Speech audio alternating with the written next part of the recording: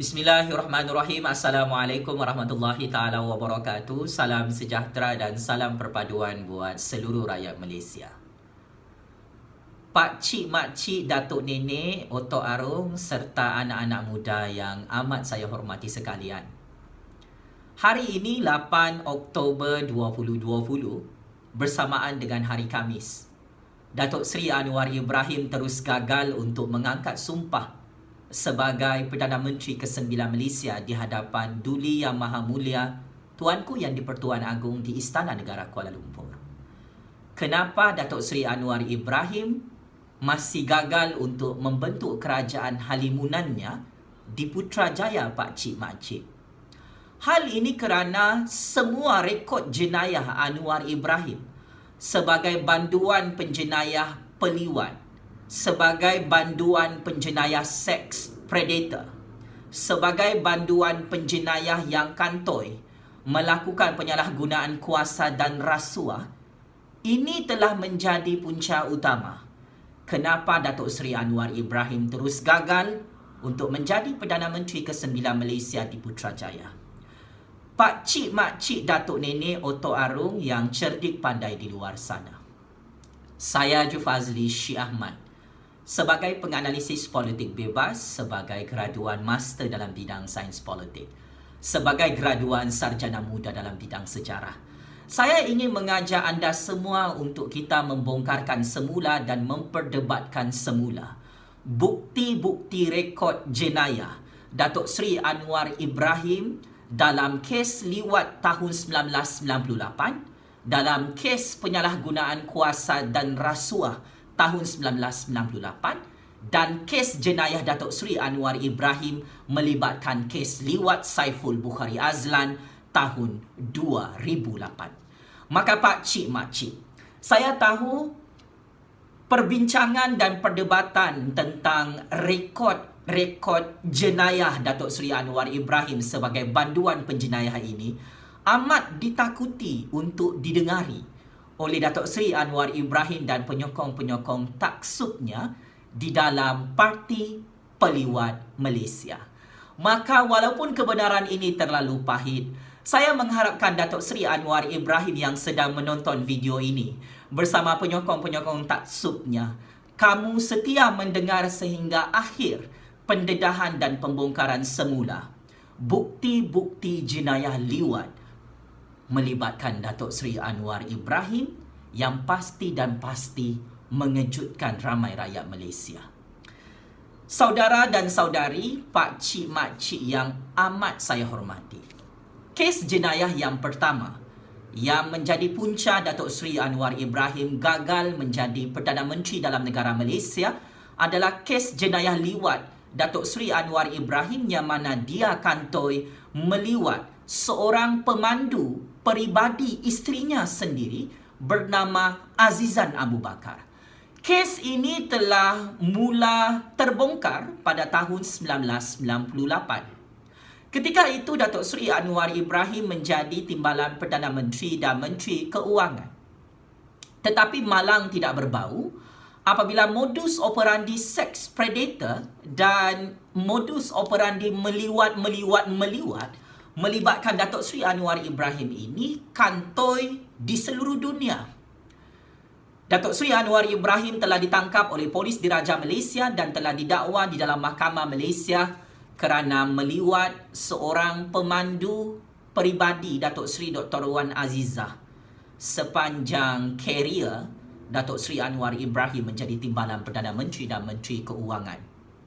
Untuk makluman generasi baru dan generasi lama yang sudah lupa tentang kes liwat jenayah berprofil tinggi ini, Datuk Seri Anwar Ibrahim telah didapati bersalah oleh Mahkamah Malaysia pada 8 Ogos 2000 dalam kes liwat melibatkan Datuk Seri Anwar Ibrahim dan Azizan Abu Bakar, iaitu pemandu peribadi isteri Datuk Seri Anwar Ibrahim.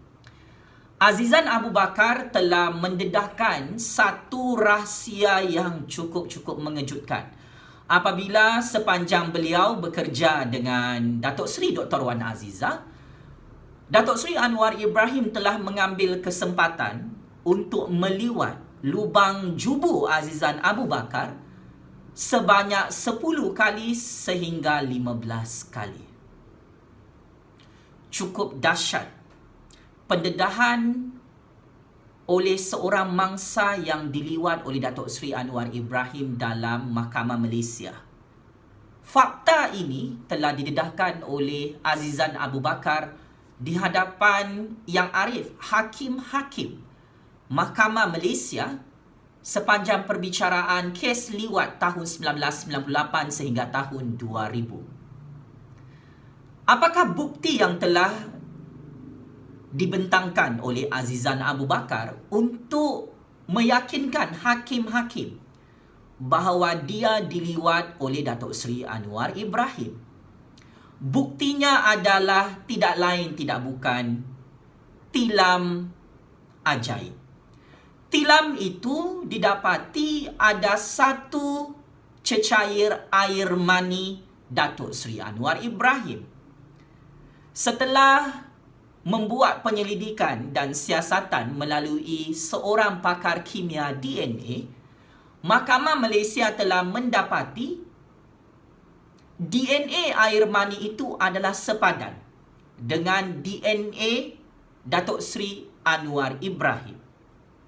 Pakar kimia DNA telah menjadi saksi dalam perbicaraan kes jenayah liwat berprofil tinggi melibatkan Datuk Seri Anwar Ibrahim tahun 1998 yang lalu, yang mana keputusan daripada makmal kimia DNA adalah positif.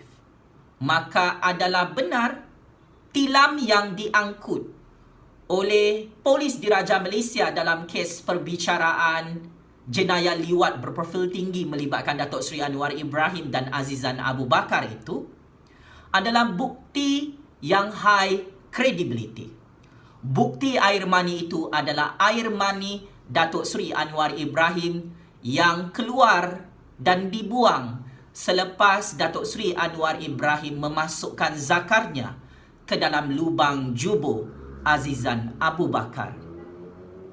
Maka pakcik makcik, disebabkan Mahkamah Malaysia telah menjatuhkan hukuman penjara bermula tahun 2000 sehingga tahun 2004, cita-cita Datuk Seri Anwar Ibrahim untuk menjadi Perdana Menteri kelima Malaysia gagal ketika itu.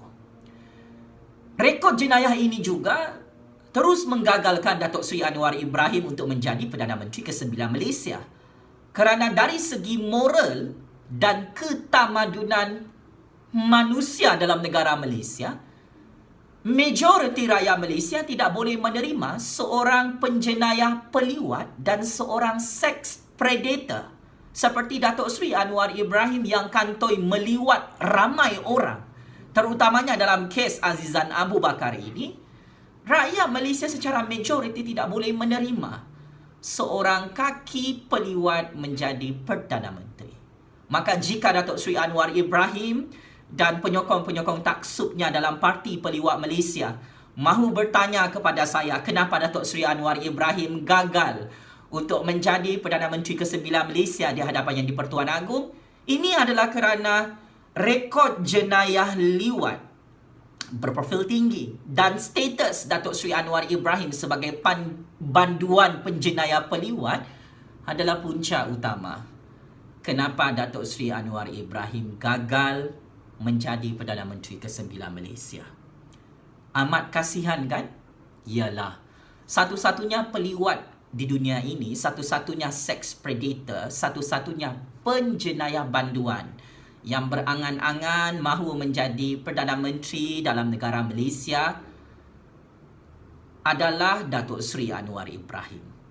Tidak ada sex predator yang lain ataupun peliwat yang telah dijatuhkan hukuman oleh Mahkamah Malaysia mempunyai angan-angan yang besar seperti Datuk Seri Anwar Ibrahim. Betul kan? Ini adalah satu perkara yang pelik bin ajaib. Bagaimana mungkin seorang sex predator boleh menjadi Perdana Menteri ke-9 Malaysia, Datuk Seri Anwar Ibrahim? Tolong jawab soalan saya.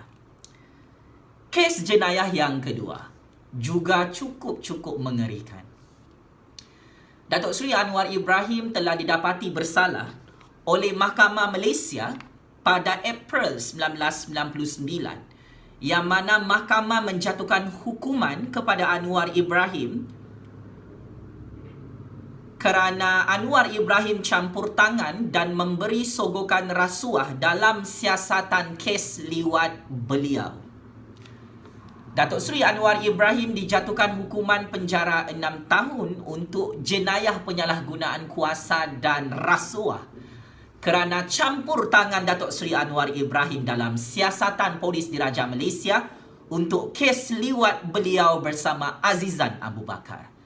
Sewaktu Datuk Seri Anwar Ibrahim menjadi Timbalan Perdana Menteri dan Menteri Keuangan, Datuk Seri Anwar Ibrahim kantoi melakukan penyalahgunaan kuasa dan cuba memberi sogokan rasuah kepada polis-polis pegawai penyiasat yang membuka kertas siasatan jenayah ke atas kes liwat beliau bersama Azizan Abu Bakar pada tahun 1998 yang lalu.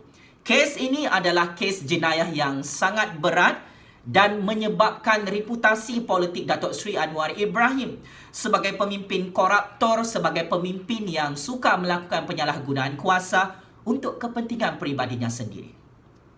Datuk Seri Anwar Ibrahim gagal untuk menafikan semua bukti-bukti campur tangan penyalahgunaan kuasa dan cuba memberi sogokan rasuah kepada pegawai-pegawai polis penyiasat kerana saksi dalam kes jenayah ini tidak lain tidak bukan adalah polis-polis yang berkhidmat dalam polis diraja Malaysia. Maka apabila Datuk Seri Anwar Ibrahim terkantoi mahu menyelamatkan dirinya sendiri dalam kes liwat berprofil tinggi, yang mana dia kantoi meliwat Azizan Abu Bakar, dia arahkan polis-polis untuk menutup kes tersebut. Tetapi misi Datuk Seri Anwar Ibrahim gagal. Maka disebabkan kes jenayah berat kedua ini, Datuk Seri Anwar Ibrahim tidak dipercayai oleh majoriti rakyat Malaysia. Dia gagal untuk menjadi Perdana Menteri ke-9 Malaysia kerana dia adalah banduan penjenayah yang pernah dijatuhkan hukuman melakukan penyalahgunaan kuasa dan melakukan rasuah sebagai pemimpin tertinggi dalam negara Malaysia tahun 1998 yang lalu. Penjenayah yang ada rekod rasuah dan penyalahgunaan kuasa, macam mana mahu jadi Perdana Menteri Datuk Seri Anwar Ibrahim? Tolong jawab soalan kedua ini. Rekod jenayah yang ketiga, ini paling meloyakan. Untuk makluman rakyat Malaysia, ini adalah kes liwat kedua melibatkan Saiful Bukhari Azlan yang telah menjadi saksi utama bermula perbicaraan kes mahkamah 2008 sehingga 2015 yang lalu. Datuk Seri Anwar Ibrahim buat kali kedua kantoi meliwat Saiful Bukhari Azlan pada 26 Jun 2008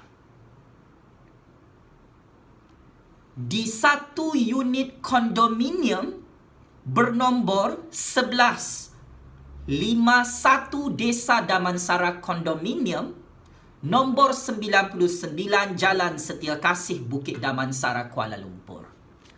Saya ulang dan saya tegaskan. Rekod jenayah liwat berprofil tinggi yang kedua melibatkan Datuk Seri Anwar Ibrahim dan Saiful Bukhari Azlan telah dibuka di dalam Mahkamah Malaysia bermula tahun 2008 sehingga tahun 2015. Datuk Seri Anwar Ibrahim kantoi meliwat Saiful Bukhari Azlan pada 26 Jun 2008 jam 3 petang hingga 4.30 petang di unit 1151 Desa Damansara Kondominium nombor 99 Jalan Setia Kasih Bukit Damansara Kuala Lumpur. Ini adalah satu rekod jenayah Anwar Ibrahim yang menyebabkan dia terus gagal untuk menjadi Perdana Menteri sehingga hari ini, Pak Cik Mak Cik. Dalam rekod ini, Datuk Seri Anwar Ibrahim gagal untuk menafikan semua pengakuan Saiful Bukhari Azlan dan bukti-bukti medical report bagaimana Datuk Seri Anwar Ibrahim memang benar-benar meliwat Saiful Bukhari Azlan pada 26 Jun 2008. Datuk Seri Anwar Ibrahim telah dijatuhkan hukuman di Mahkamah Persekutuan Malaysia pada 10 Februari 2015 di hadapan 5 hakim.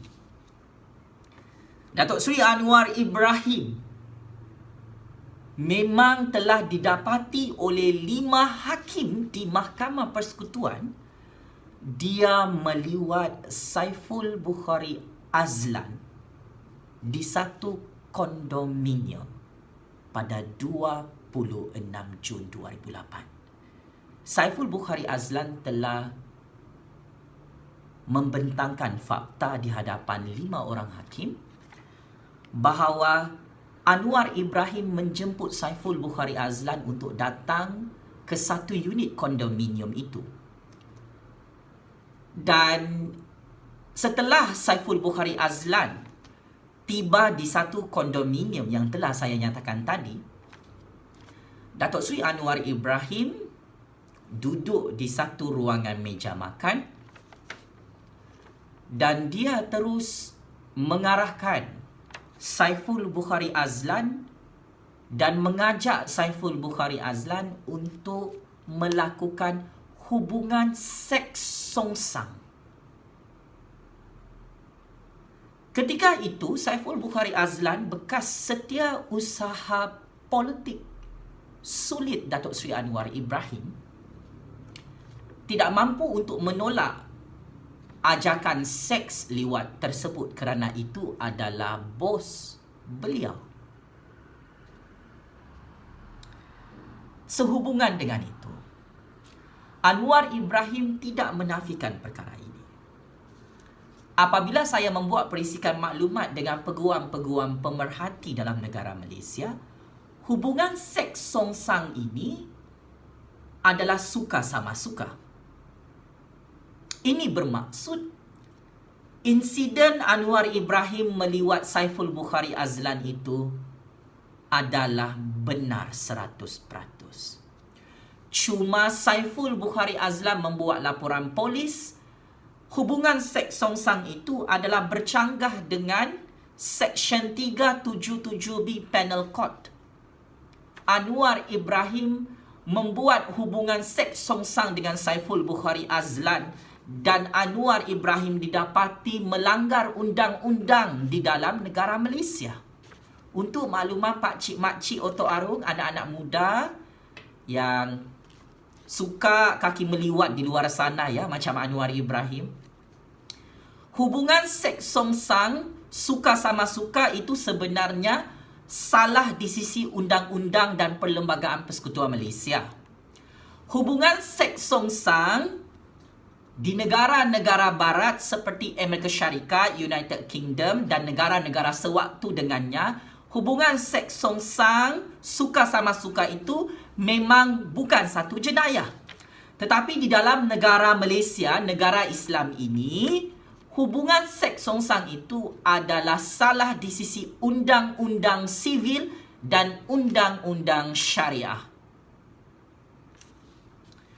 Maka Anwar Ibrahim, keluarga Anwar Ibrahim dan penyokong-penyokongnya kata ini fitnah. Ini seks songsang suka sama suka. Ini adalah rekaan semata-mata. Wahai pakcik-makcik, bukti dan saksi terlalu banyak.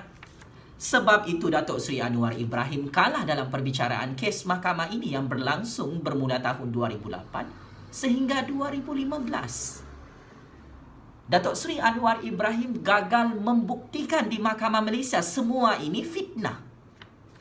Datuk Seri Anwar Ibrahim gagal membuktikan perkara ini adalah konspirasi politik.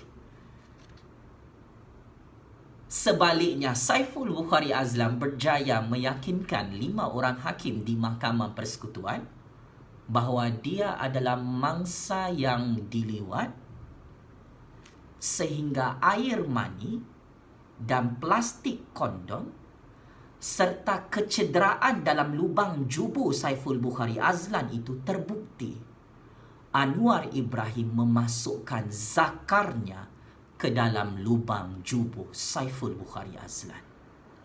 Kisah benar ini, bukti ini, fakta kebenaran ini amat takut didengari oleh Datuk Seri Anwar Ibrahim, oleh keluarga Datuk Seri Anwar Ibrahim, oleh penyokong-penyokong Parti Peliwat Malaysia di dalam kumpulan Datuk Seri Anwar Ibrahim. Saya berpengalaman ikut perbicaraan mahkamah Datuk Seri Anwar Ibrahim. Saya ulang dan saya tegaskan. Saya biasa mengikuti perbicaraan-perbicaraan kes mahkamah. Kalau kau tidak bersalah, mahkamah akan bebaskan. Kalau kau didapati bersalah kerana ada bukti dan saksi yang cukup, maka mahkamah akan jatuhkan hukuman. Sebab itu Datuk Seri Anwar Ibrahim dijatuhkan hukuman penjara bermula tahun 2015 sehingga tahun 2018 kerana kes jenayah liwat berprofil tinggi, kes liwat 2.0 melibatkan Saiful Bukhari Azlan ini adalah bukan cerita fitnah, tetapi ia adalah kebenaran. Keadilan, transparansi, hakim-hakim dalam institusi kehakiman Malaysia tidak boleh dihina oleh Datuk Seri Anwar Ibrahim dan penyokong-penyokong taksubnya dalam Parti Peliwat Malaysia. Pak cik, mak cik, saya tahu hakim-hakim dalam Malaysia tidak semudah apa yang disangka oleh rakyat biasa. Hakim-hakim membuat keputusan berdasarkan prinsip keadilan, berdasarkan bukti, berdasarkan fakta, berdasarkan saksi yang high credibility. Dalam kes Saiful Bukhari Azlan ini, kes liwat yang paling menjijikkan di dunia, Datuk Seri Anwar Ibrahim sebenarnya memang benar kantoi meliwat Saiful Bukhari Azlan. Maka dalam kes jenayah ketiga ini, disebabkan rekod jenayah berprofil tinggi ini, disebabkan Datuk Seri Anwar Ibrahim dilabel sebagai sex predator, sebagai bapa peliwat jubur dalam Malaysia. Ini menyebabkan Datuk Seri Anwar Ibrahim terus gagal untuk menjadi Perdana Menteri ke-9 Malaysia. Kepada Datuk Seri Anwar Ibrahim, dalam percaturan kuasa dan politik di dunia ini, kita perlu bersikap realistik dan berpijak di bumi yang nyata. Tidak ada sex predator di dunia ini yang boleh menjadi Perdana Menteri. Tidak ada kaki peliwat yang menjadi Perdana Menteri di dunia ini, Datuk Seri Anwar Ibrahim. Tidak ada seorang penjenayah peliwat berprofil tinggi yang berjaya menjadi Perdana Menteri di seluruh dunia. Maka saya sebagai generasi baru ingin mengajak seluruh rakyat Malaysia untuk tidak ditipu dan diperbodohkan oleh seorang sex predator dan seorang penjenayah peliwat, seorang penjenayah rasuah yang sudah dijatuhkan hukuman penjara oleh Mahkamah Malaysia. Di sisi undang-undang di dunia maupun hukuman undang-undang di dalam Islam, seorang yang bersalah itu hanya akan disahkan bersalah oleh mahkamah di dunia ini. Seorang manusia yang tidak bersalah itu hanya boleh dikatakan tidak bersalah jika mahkamah di dunia ini menyatakan dia tidak bersalah mengikut lunas undang-undang sivil dan undang-undang syariah. Maka Anwar Ibrahim gagal dalam semua perbicaraan kes mahkamah.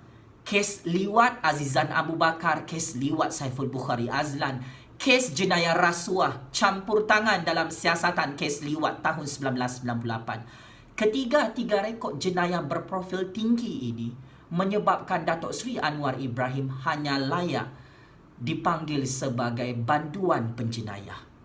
Di sisi undang-undang dan Perlembagaan Persekutuan Malaysia, sekalipun Datuk Seri Anwar Ibrahim berjaya menipu Yang di-Pertuan Agong dan Raja-Raja Melayu tentang pengampunan diraja, ia tidak menafikan Anwar Ibrahim adalah seorang peliwat. Ia tidak menafikan Bang Non itu adalah sex predator.